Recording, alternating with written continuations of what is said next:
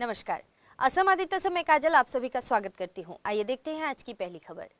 प्रधानमंत्री नरेंद्र मोदी ने आज वित्तीय प्रौद्योगिकी पर थॉट लीडरशिप फोरम इन्फिनिटी मंच का उद्घाटन किया। वे वीडियो कॉन्फ्रेंसिंग के जरिए इस कार्यक्रम से जुड़े थे।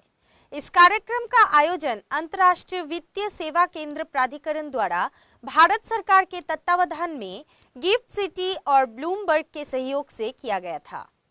प्रधानमंत्री नरेंद्र मोदी ने आज वित्तीय प्रौद्योगिकी फिनटेक पर थॉट लीडरशिप फोरम इन्फिनिटी मंच का उद्घाटन किया। वे वीडियो कॉन्फ्रेंसिंग के जरिए इस कार्यक्रम से जुड़े थे। इस कार्यक्रम का आयोजन अंतर्राष्ट्रीय वित्तीय सेवा केंद्र प्राधिकरण द्वारा भारत सरकार के तत्वावधान में गिफ्ट सिटी और ब्लूमबर्ग के सहयोग से किया गया। इस मंच के पहले संस्करण में इंडोनेशिया, दक्षिण अफ्रीका और ब्रिटेन भागीदार देश थे। ये मंच नीति, व्यापार और प्रौद्योगिकी में दुनिया के अग्रणी लोगों को एक साथ लाएगा। इस फोरम में इस बात पर चर्चा हुई कि कैसे समावेशी वृद्धि और बड़े पैमाने पर मानवता की सेवा के लिए फिनटेक उद्योग द्वारा प्रौद्योगिकी और नवाचार लाभ उठाया जा सकता है। फोरम का एजेंडा बियॉन्ड के विषय पर केंद्रित था। इसमें 70 से अधिक देशों के प्रतिनिधि शामिल थे। इन्फिनिटी मंच हितधारकों को पारंपरिक मानसिकता से परे सोचने और अंतरिक्ष प्रौद्योगिकी, हरित प्रौद्योगिकी, कृषि प्रौद्योगिकी, क्वांटम कंप्यूटिंग और अन्य से जुड़े नए रुझानों पर चर्चा करने के लिए प्रेरित करेगा। बुधवार को पीएम मोदी ने एक ट्वीट कर कहा कि यह एक विचारशील नेतृत्व मंच है जो वित्त प्रौद्योगिकी संबंधित पहलुओं और समावेशी विकास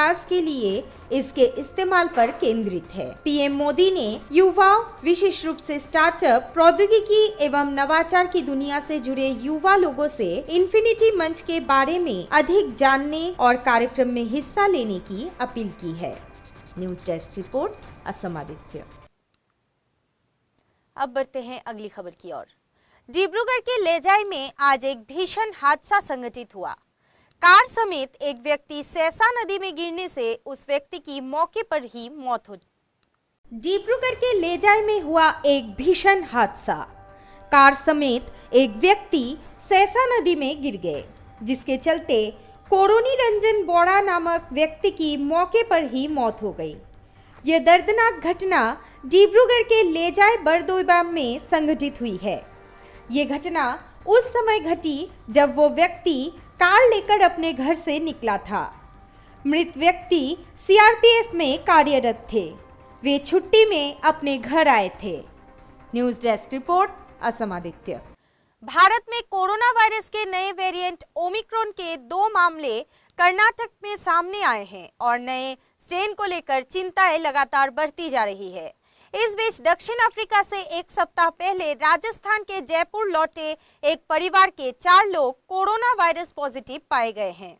भारत में कोरोना वायरस के नए वेरिएंट ओमिक्रॉन के 2 मामले कर्नाटक में सामने आए हैं और नए स्ट्रेन को लेकर चिंताएं लगातार बढ़ती जा रही है। इसी बीच दक्षिण अफ्रीका से एक सप्ताह पहले राजस्थान से जयपुर लौटे एक परिवार के 4 लोग कोरोना वायरस पॉजिटिव पाए गए हैं।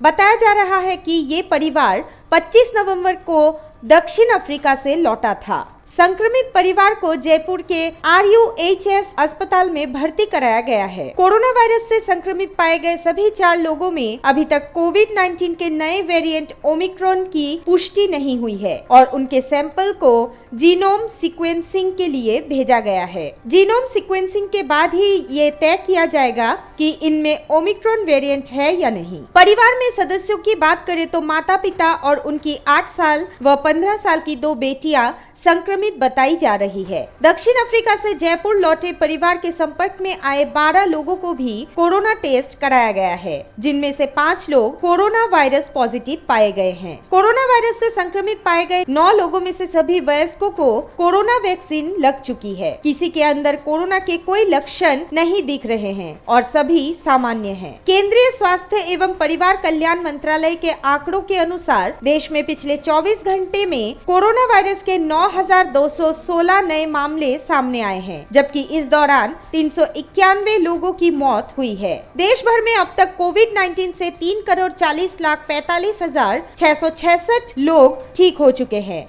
News desk report, Assam Aditya. और अब समय है देश दुनिया के इतिहास में आज यानी कि 3 दिसंबर की तारीख पर दर्ज अन्य महत्वपूर्ण घटनाओं के बारे में बताने की। आज के दिन सन 1790 में लॉर्ड कॉर्नवालिस ने आपराधिक मामलों में न्याय की ताकत मुर्शिदाबाद के नवाब से छीनकर अपने हाथ में कर ली थी और सदर निजामत अदालत को कोलकाता स्थानांतरित कर दिया गया था। 1828 में एंड्रयू जैक्सन अमेरिका के 7वें राष्ट्रपति चुने गए थे। 1829 में वायसरॉय लॉर्ड विलियम बेंटिंक ने भारत में सती प्रथा पर रोक लगाई थी। 1882 में आधुनिक भारतीय चित्रकला के प्रणेताओं में से एक नंदलाल बोस का जन्म हुआ था। 1884 में देश के प्रथम राष्ट्रपति डॉक्टर राजेंद्र प्रसाद का जन्म हुआ था। 1889 में खुदीराम बोस का जन्म हुआ था। भारत माता के इस सपूत ने देश की आजादी में अपने प्राणों की आहुति दी थी।